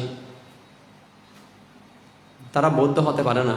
বৌদ্ধ পরিবার জন্মগ্রহণ করলেও তারা বৌদ্ধ হতে পারে না। এই বৌদ্ধ হতে গেলে এই গুণগুলো আপনাদের দরকার। পুনর্জন্ম বিশ্বাস করা, জন্মান্তর বিশ্বাস করা, নির্বাণ বিশ্বাস করা, অরহৎ বিশ্বাস করা, বৌদ্ধ ধর্ম সঙ্গের শ্রীবৃদ্ধির জন্য তৎপর থাকা, ধর্মের পরিহানি দেখে ধর্মকে কী করে সুরক্ষা করা যায় তৎপর থাকা, যান প্রাণ দিয়ে সুরক্ষার চেষ্টা করা এবং দানশীল ভাবনায় নিয়ত রত থাকা, দশপ্রকার কুশল কর্মে রত থাকা আপনাদের উচিত। তাহলে তাদেরকে বৌদ্ধ বলা যায়। আদারওয়াইজ অন্যথায় তারা বৌদ্ধ হতে পারে না, বৌদ্ধ পরিবার জন্মগ্রহণ করলেও। আপনার দীপায়ন বড়ুয়া বাপ্পি ঢাকা থেকে উনি প্রশ্ন করেছেন, ধর্ম, ধার্মিক আর ধার্মিকতা পরস্পরা ধার্মিকতা জাগ্রত করতে পূর্বজন্মের পারমে যেমন লাগে তেমনি বর্তমান জন্মের চেতনাও লাগে। বর্তমান জন্মের চেতনা জাগ্রত করতে নিজের চেতনার পাশাপাশি সঠিক গুরুর সান্নিধ্য ও একান্ত অপরিহার্য। সঠিক শিক্ষা প্রদানের ক্ষেত্রে ধর্মগুরুদের ভূমিকা আরও বেশি থাকা উচিত কিনা? হ্যাঁ, আপনি যেটা বললেন দীপায়ন বড়ুয়া বাপি, আপনি যেটা বললেন আপনার এই ধর্ম, ধার্মিকতা, ধার্মিক এটা যেমন ধার্মিকতা জাগ্রত রাখতে গেলে পূর্বজন্মের পারমি যেমন লাগে, হ্যাঁ আপনি ঠিক বলেছেন, পারমি নিশ্চয় লাগবে, ঠিক কথা বলেছেন, কিন্তু চেতনাও লাগবে, এটাও ঠিক বলেছেন। তো বর্তমান জন্মের চেতনা জাগ্রত করতে নিজের চেতনার পাশাপাশি সঠিক গুরুর সান্নিধ্য একান্ত অপরিহার্য। আপনি সঠিক কথা বলেছেন। সঠিক গুরুর অভাবে, উপযুক্ত গুরুর অভাবে আপনি দেখুন দেবদত্তের কী অবস্থা হলো, ওই রাজা অজাতশত্রুর কী অবস্থা হয়েছে আপনি চিন্তা করুন। সঠিক গুরুর অভাবে অজাতশত্রুর কী পরিস্থিতি হয়েছে। এক বৌদ্ধান্তর কল্প অজাতশত্রু নরক বাস করবে এবং মার্গফলের হেতু থাকা সত্ত্বেও উপযুক্ত গুরুর অভাবে মার্গফলের হেতু নষ্ট হয়ে গেছে। তো দেখুন, এই সঠিক গুরু না পেলে জীবনে এরকম পরিহানি হয়। তো সঠিক শিক্ষা প্রদানের ক্ষেত্রে ধর্মগুরুদের ভূমিকা আরও বেশি থাকা উচিত কিনা? হ্যাঁ, আপনি যেটা প্রশ্ন করলেন, সঠিক শিক্ষা প্রদানের ক্ষেত্রে ধর্মগুরুদের ভূমিকা আরও বেশি থাকা উচিত কিনা? অবশ্যই উচিত। এখন বৌদ্ধ, আমি একটু আগে যেটা বললাম যে প্রজ্ঞাবংশবান্তের কথা বলেছিলাম, তো বনবান্তের কথা বলেছিলাম। আমি বনবান্তকে দেখেছি বাল্যকাল থেকে। আমি রাঙ্গামাটিতে পড়াশোনা করেছিলাম, রাঙ্গামাটি বেটবেরিতে আমি গৃহ অবস্থায় বেতবেড়ি সরকারি প্রাথমিক বিদ্যালয়ে আমি 3, 4, 5-এ পড়েছি। তারপর রাঙ্গামাটি যেটা স্টেডিয়ামের পাশে, বনবিহারের পাশে যেটা রানী দয়াময়ী বহুমুখী উচ্চ বিদ্যালয় আছে, আমি সেই রানী স্কুলে 6, 7, 8 আমি সেখানে 3 বছর পড়েছি। তারপর আমি সেখান থেকে রাউজান উপজেলা মহামণি পাঠতলিতে চলে যাই। তো আমি এর আগেও আমি একদম বাল্যকালে আমি রাঙ্গামাটিতে রিজার্ভ বাজারে জুলিকা পাহাড়ে ছিলাম, একদম বাল্য অবস্থায় বলছি। তো সেদিক থেকে আমি বনবান থেকে বাল্যকাল থেকে দেখেছি, আমার বাল্য অবস্থা থেকে আমি বনবান থেকে দেখেছি। তো বনবান্তে যে বুদ্ধ শাসন রক্ষার জন্য যেভাবে জীবন ত্যাগ করেছে, যেভাবে প্রচেষ্টা করেছে জাতি রক্ষার জন্য, ধর্ম রক্ষার জন্য, সমাজ রক্ষার জন্য, বুদ্ধ শাসন রক্ষার জন্য, আমি তেমন আর দেখতে পাচ্ছি না, যার কারণে আমি শূন্যতা অনুভব করছি, সেটা বলছিলাম। এবং বনবান্তের যে দক্ষতা, দূরদৃষ্টি, বনবান্তের যে দূরদৃষ্টি, আজকে আজকে কার? ও প্রগমন সমাজের। ও আচ্ছা। তো আপনি যেটা বললেন যে দীপায়ন বড়ুয়া বাপ্পি, আপনি সঠিক কথা বলেছেন। সঠিক ধর্ম, সঠিক শিক্ষা প্রদানের ক্ষেত্রে বর্তমান ধর্মগুরুদের যা ভূমিকা, সেটা যথাযথ নয়, আরও বলিষ্ঠ ভূমিকা থাকা উচিত। এখন কীরকম ভূমিকা, আমি আপনাকে যা দীর্ঘ সময় আমি লোকালয়ে বিচরণ করেছি, আমি ভিক্ষুদের সাথে অবস্থান করেছিলাম, আমি যা দেখেছি অনেকটা ভিক্ষুরা ওই ধর্ম প্রচার করছে, অনেকটা বড় লোক হলে সেখানে 9টা বাজে যায়, বড় বাবুর গুণ কীর্তন করতে করতে শেষ হয়ে যায়, মানে বড় বাবুর গুণ কীর্তন, ধর্ম কথা বলে না। আর গরিব মানুষ হলে 11টা বাজে গিয়ে তাড়াহুড়ো করে সোয়াং দেয় সমানে। এই যে গরিব দায়ক হলে ভিক্ষুরা সেখানে যেতে চায় না, ফাং নিতে চায় না। আর দায়ক যদি আমেরিকান প্রবাসী হয়, ফ্রান্সের হয়, কোরিয়ান হয়, তাহলে সেখানে 9টা বাজে গিয়ে ওই দায়িকার কিচ্ছা কাহিনী করতে করতে আর নির্বাণের হতা, স্বর্গের হতা বলা হয় না। এই যে পরিস্থিতি সমাজের, সামাজিক যে প্রেক্ষাপট, ভিক্ষুদের যে মানসিকতা, এটা আরও ডাউনের দিকে চলে যাচ্ছে। তো ধর্মপ্রচার কোথায়, এখন তো মন্থর গতিতে চলছে, মানে অনেকটা আইসিইউতে, বুদ্ধের সদ্ধর্ম অনেকটা আইসিইউতে, এখন অনেকটা নিঃশ্বাস প্রশ্বাস আপ ডাউন করছে। এখন ফরান যায় অবস্থা, মানে জীবিতও বলা যাবে না, মরে গেছেও বলা যাচ্ছে না, আইসিইউতে অনেকটা কমায় পড়া রয়েছে এখন। এ কারণে ভিক্ষুদের বলিষ্ঠ ভূমিকা থাকা উচিত। এখন যদি ভিক্ষুদের বলিষ্ঠ ভূমিকা না থাকে, ধর্ম আরও দুর্বল হয়ে যাবে। আপনি অতি উত্তম একটা প্রশ্ন করেছেন দীপায়ন বড়ুয়া বাপ্পি।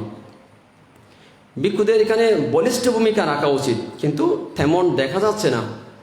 আমি সমস্ত গুণ দেখেছিলাম বনবান্তের মধ্যে। হার্ট অ্যান্ড সোল চেষ্টা করেছিলেন জাতির শ্রীবৃদ্ধি, ধর্মের শ্রীবৃদ্ধি, সমাজের অগ্রগতি, বৌদ্ধ শাসনের উন্নতি বনবান্তের মধ্যে আমি দেখেছিলাম। তো আজকে ধরুন কেউ প্রশ্ন করুক, কেউ পছন্দ করুক বা না করুক, যদি আজকে প্রজ্ঞাবংশ মহাত্মা থাকতেন, আমি ওনার সাথে বসে একটু আলোচনা করতাম যে এই সমাজ ব্যবস্থা কী করে পরিবর্তন করা যায়, ধর্ম দর্শন কী করে অগ্রগতির দিকে এগিয়ে নিয়ে যাওয়া যায়, বাঙালি সমাজ বা অন্য সমাজ মানে বৌদ্ধ সমাজের যে চিত্র, সেটাকে কী করে ডেভেলপ করা যায়, আমি একটু আলোচনা করতাম। কিন্তু এখন ক্ষেত্র কোথায় আলোচনা করার জন্য? সেই জন্য আপনি যে প্রশ্ন করেছেন ধর্মগুরুদের ভূমিকা আরও বেশি থাকা উচিত কিনা, অবশ্যই উচিত। এখন যে ভূমিকা আছে সেটা অনেকটা আইসিইউতে থাকার মতো, এটা যথার্থ নয়। এটা ভিক্ষুদের ভূমিকা, বৌদ্ধ শাসনের যে পরিস্থিতি, সামাজিক যে অবস্থা, সমাজের মানুষ বিশেষ করে যুব সমাজ ধর্ম থেকে মুখ ফিরিয়ে নিয়েছে, অনেকটা পশ্চাৎপদ যুব সমাজ। তো যারা শিক্ষিত সমাজ, যুব সমাজ, তারা আগামী দিনের ভবিষ্যৎ, তারা যদি পশ্চাৎপদ হয় তাহলে আগামী দিন তো অন্ধকার দেখা যাচ্ছে। তাই ভিক্ষু সমাজকে সজাগ হওয়া এবং গৃহ সমাজকে সজাগ হওয়া, সচেতন হওয়া খুব জরুরি। এখন বর্তমান সময় অনেকটা অতিক্রান্ত হয়ে যাচ্ছে। তো আজকে আপনাকে দীপায়ন বড়ুয়া বাপ্পি, আপনাকে সাধুবাদ জানাচ্ছি। আপনি ঠিক উপযুক্ত সময়ে উপযুক্ত প্রশ্ন করেছেন। আজকে শ্রদ্ধেয় প্রজ্ঞাবংশ মহাতের আমি জানতে পারলাম যে এখানে এই অভিজিৎ বড়ুয়া লিখেছে এখানে প্রজ্ঞাবংশ মহাতের ওনার নাকি আজকে ৭২তম জন্মদিন। উনি প্রজ্ঞাবংশ মহাতের যেখানে অবস্থান করুন না কেন, আমি প্রজ্ঞাবংশ মহাতের আজকে জন্মদিনে ওনার প্রতি শ্রদ্ধা জানাচ্ছি এবং ওনার আয়ু দীর্ঘ হোক। প্রজ্ঞাবংশ মহাতের দীর্ঘ আয়ু দরকার আছে, বৌদ্ধ শাসনের জন্য ওনার মতো মেধা দরকার আছে। তো আমি প্রজ্ঞাবংশ মহাতের চরণে বন্দনা জানাচ্ছি। ওনার আজকে ৭২তম জন্মদিন। তো ওনার প্রজ্ঞাবংশ প্রজ্ঞা, ওনার এই প্রজ্ঞা দরকার আছে বৌদ্ধ বংশের জন্য, বৌদ্ধের এই শাসন রক্ষার জন্য। তো প্রজ্ঞাবংশ মহাতের দীর্ঘ আয়ু হোক, প্রজ্ঞাবংশ মহাতের নিরোগী হোক, আমি ওনার চরণে বন্দনা জানাচ্ছি এবং ওনার সুস্থতা কামনা করছি। ওনার শত্রুমুক্ত জীবন, বিপদমুক্ত জীবন, রোগমুক্ত জীবন এবং সুখময় জীবন কামনা করছি। বান্তের চরণে বন্দনা জানাচ্ছি, প্রজ্ঞাবংশ বান্তের চরণে বন্দনা জানাচ্ছি। ওনার আজকে যে ৭২তম জন্মদিন, ওনার দীর্ঘ আয়ু হোক। তো এখানে হ্যাপি চাকমা প্রধান সেবিকা বান্দরবন নিউ গুলশান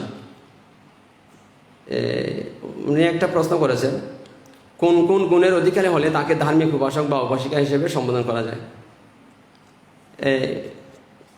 ধরুন একটু আগে যেটা ওই একজন প্রশ্ন করেছিল বিকাশ বড়ুয়া প্রশ্ন করেছিল যে বৌদ্ধ হতে গেলে আমাদের কী কী গুণ থাকা দরকার। তো হ্যাপি চাকমা প্রধান সেবিকা নিউ গুলশান বান্দরবান তিনি প্রশ্ন করলেন যে কী কী গুণের অধিকারী হলে তাদেরকে উপাসক কিংবা উপাসিকা বলা যায়। আপনার তাদেরকেই উপাসক উপাসিকা বলা যায় যে উপাসক উপাসিকার 10টা গুণধর্ম আছে। তো 10টা গুণধর্মের মধ্যে যেটা বলছিলাম আপনাদেরকে যে ওনারা বুদ্ধ ধর্ম এবং সঙ্গ ত্রিশরণের বাইরে কোনো শরণ গ্রহণ করেন না, দুঃখ থেকে মুক্তির জন্য, সুখের জন্য, শান্তির জন্য,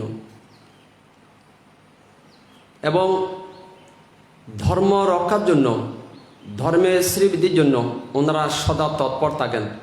ধর্মের পরিহানি যদি দেখে এই পরিহানি থেকে ধর্মকে সুরক্ষার জন্য জান প্রাণ দিয়ে ওনারা প্রচেষ্টা চালান যাতে পরিহানি থেকে ধর্মকে সুরক্ষা করা যায়। যদি এমন চিত্ত, এমন আন্তরিকতা না থাকে, তারা উপাসক, তারা উপাসিকা নয়। সঙ্গের সুখে সুখী, সঙ্গের দুঃখে দুঃখী হতে হয়, এমন চিত্ত না থাকলে তারাও উপাসক উপাসিকা নয়। এবং বুদ্ধ শাসনের বাইরে দানের পাত্র অন্বেষণ করলে তারাও উপাসক উপাসিকা নয়। যে এভাবে তারা ধরুন বুদ্ধের যে নৈর্বাণিক মার্গ, যদি কর্মফল, জন্ম জন্মান্তর, পুনর্জন্ম, নির্বাণ, যদি এই গুণধর্ম যদি না থাকে এবং এতে যদি বিশ্বাস না থাকে, তাদেরকেও উপাসক উপাসিকা বলা যাবে না। আর ধরুন যাদেরকে উপাসক উপাসিকা বলে তাদেরকে আরেক দিক থেকে উপাসনা করে বলেই তাদেরকে উপাসক বলে। কিসের উপাসনা? ত্রিরত্নের উপাসনা, নির্বাণের উপাসনা, দুঃখমুক্তির উপাসনা। আরেক অর্থে দায়ক দায়িকাও বলে। যারা দায়িত্ব পালন করে না তাদেরকেও আবার উপাসক উপাসিকা, দায়ক দায়িকা বলা যায় না। যারা দায়িত্ব পালন করে তাদেরকে এই উপাসক উপাসিকা, দায়ক দায়িকা বলা হয়। যারা কোনো দায়িত্ব পালন করে না তাদেরকেও বলা যায় না দায়ক দায়িকা কিংবা উপাসক উপাসিকা। দায়িত্ব জ্ঞান এবং কর্তব্য জ্ঞান, ধর্মের প্রতি, সঙ্গের প্রতি দায়িত্ব জ্ঞান, কর্তব্য জ্ঞান। এমনি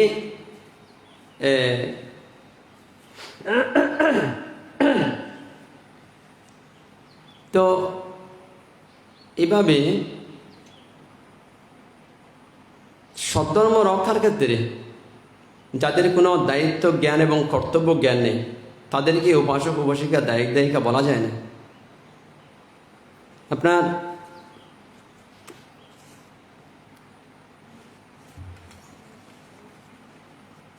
তপু বড়ুয়া ফ্রান্স প্রবাসী, ওনার প্রশ্ন বড়ুয়া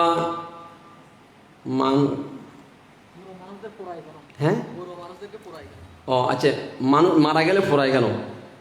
ওনার প্রশ্ন হচ্ছে বিশেষ করে বৌদ্ধদের ক্ষেত্রে যখন মারা যায় তখন পোড়ায় কেন?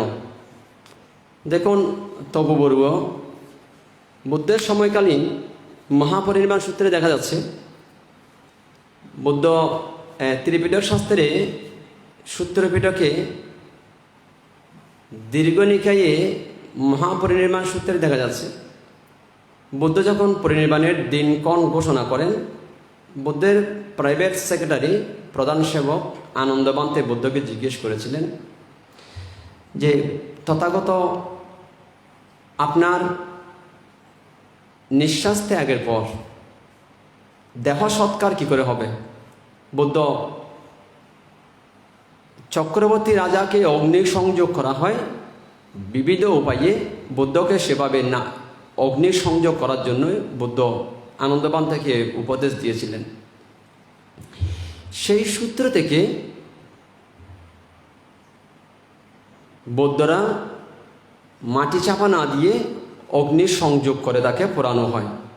তা আপনি বলতে পারেন, এখন যদি অগ্নি সংযোগ না করে যদি এমনি গর্ত করে, গভীর গর্ত করে মাটি চাপা দেওয়া হয় তাতে অসুবিধা কি? দেখুন, যদি অগ্নি সংযোগ করা হয় তাহলে একটা জায়গায় অনেক মৃতদেহ সৎকার করা যায়, আর যদি মাটি চাপা দেওয়া হয় তাহলে বিশাল শ্মশান লেগে যাবে। এতে আস্তে আস্তে শ্মশানের পরিমাণ বেড়ে যাবে, আস্তে আস্তে জায়গায় আর কুলাবে না, এবং ডেড বডি তুলে নেওয়ার সম্ভাবনা থাকে, কত সমস্যা থাকে। পরিবেশ দূষিত হতে পারে, শিয়াল কুকুরে তুলে ফেলতে পারে, এই ডেড বডি কত জায়গায় পাচার হতে পারে, এবং ডেড বডি যদি উপরে উঠে আসে বায়ু দূষণ হতে পারে, পরিবেশ দূষিত হতে পারে। আর একটা যদি মানুষ তো নিত্য মানুষের মৃত্যু হচ্ছে, তো এভাবে যদি পরপর প্রত্যেক জায়গায় যদি এভাবে ডেড বডি মাটি চাপা দেওয়া হয় তাহলে বিশাল জায়গা লেগে যাবে। তাই এখন যদি পুরানো হয় অল্প জায়গার মধ্যে অনেক লাশকে একসাথে এক জায়গায় বারবার দাহ করা হবে, এতে কোনো রকম সন্দেহ নেই। তাই বিভিন্ন দিক বিবেচনা করে বুদ্ধ যেটা সিদ্ধান্ত দিয়েছেন যে পুরানোর, সেটা আমি উচিত সিদ্ধান্ত মনে করছি, সেটা উত্তম সিদ্ধান্ত মনে করছি আমি। পিবলু বড়ুয়া নিউ গুলশান বান্দরবান থেকে উনি প্রশ্ন করলেন, কেউ অজান্তে পাপ করলে অনুশোচনা করলে পাপ মোচন হয় কিনা? তো দেখুন, অজান্তে পাপ করলে যদি অনুশোচনা আসে, অনুতাপ উৎপন্ন হয়, সেখানে কোনো ক্ষেত্রে সেটা তার পর্যাপ্ত হয়, কিন্তু সব ক্ষেত্রে হয় না, সব ক্ষেত্রে হতে পারে না। না জেনে করে ফেলেছে, কিন্তু অনুশোচনায় সব পাপ স্খলন হতে পারে না। সেগুলো হয়তো ক্ষুদ্রানুক্ষুদ্র কিছু পাপ স্খলন হতে পারে, কিন্তু বৃহৎ কোনো পাপ করে ফেললে সেটা স্খলন হতে পারে না। তো আজকে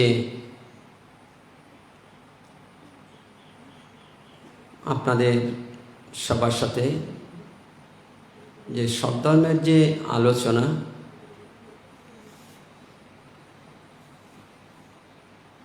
এই আলোচনার মাধ্যমে আপনাদের এই মেসেজ দিতে চাইছি। আমি সমগ্র জাতিসত্তার প্রতি এই মেসেজটা দিতে চাইছি।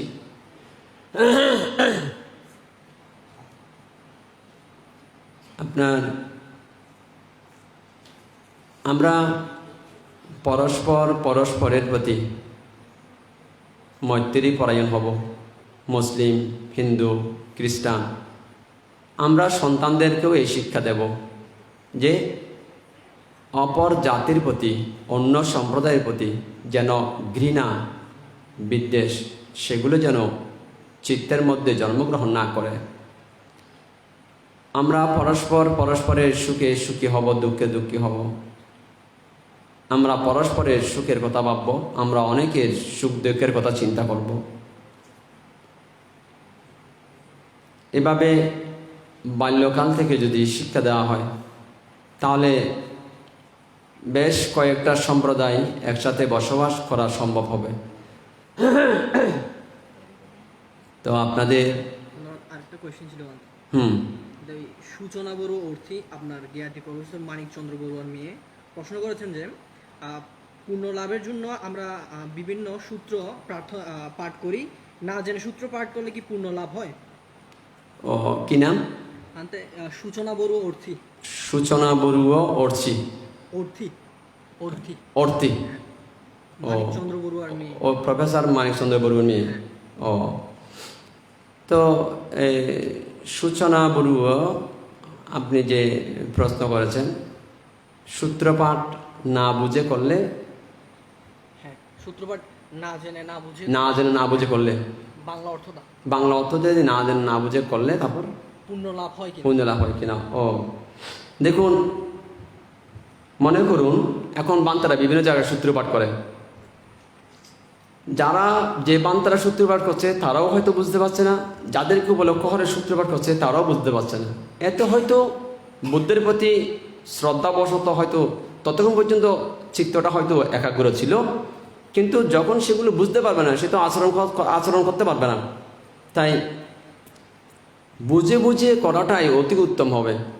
যেমন ধরুন, আপনি একটা ইংরেজি পড়ছেন, ইংরেজি, সেটা সূচনা বড়ুয়া হোক আর যে কোনো কেউ হোক, একটা ইংরেজি পড়েছেন, ইংরেজি পড়ে সেটা কোনো অর্থ বুঝতে পারলেন না, আপনার কতটা উপকার হবে? আপনার কি বলেন? একটা ইংরেজি পড়েছেন, সেটা কোনো অর্থ বুঝতে পারছেন না, কেবল ভাষার প্রতি আপনার শ্রদ্ধা থাকার কারণে আপনি বেশি বেনিফিশিয়াল হতে পারবেন না। আর যদি ইংরেজিটা বুঝতে পারেন অর্থ কি বলা হচ্ছে, তাহলে আপনি বাস্তবতাতে সেটা প্রয়োগ করে বেশি লাভবান হতে পারবেন। তাই পালি ভাষার প্রতি, বুদ্ধবাণীর প্রতি শ্রদ্ধাবশত যতক্ষণ পড়বেন ততক্ষণ হয়তো চিত্তটা একটু একাগ্র থাকবে, কিন্তু এরপর তো আর কোনো লাভ এখান থেকে আপনি উঠাতে পারবেন না, ঠিক না? তাই বান্দারাও যেখানে সূত্রপাঠ করে, আমার বক্তব্য হচ্ছে 10টা 12টা 9টা সূত্রপাঠ না করে একটা কিংবা 2টা সূত্রপাঠ করা হোক, সেগুলো ব্যাখ্যা করে দেওয়া হোক, এতেই বেশি লাভ হবে, এতে বেশি কল্যাণ হবে। তো আপনাদের সবার মঙ্গল হোক, আপনাদের সবার কল্যাণ হোক, আপনাদের সবার স্বস্তি মুক্তি হোক। এভাবে প্রত্যেক শুক্রবারে আপনার বিকাল 4টা থেকে লাইভ শুরু হয়, কখনো 1 ঘন্টা, কখনো 1.5 ঘন্টা, কখনো 2 ঘন্টা। আপনাদের কোনো প্রশ্ন থাকলে আপনারা এই লাইভ চলাকালীনও করতে পারেন, অথবা অন্য ওয়েতে আপনারা প্রশ্ন করতে পারেন। তো আপনাদের সবার কল্যাণ হোক, আপনাদের সবার মঙ্গল হোক, আপনাদের সবার স্বস্তি মুক্তি হোক। আমি বাংলাদেশ সহ বিশ্বের সমস্ত সম্প্রদায় এবং মানব সম্প্রদায়ের বহির্ভূত যত প্রাণী আছে, সমস্ত প্রাণী চক্রবালের সমস্ত প্রাণীর প্রতি মৈত্রী বিতরণ করছি। সবার জীবন শত্রুমুক্ত হোক, সবার জীবন বিপদমুক্ত হোক, সবার জীবন রোগমুক্ত হোক, সবার জীবন সুখময় হোক, বিশ্বের সমস্ত প্রাণী সুখী হোক, সবার স্বস্তি মুক্তির কারণ হোক।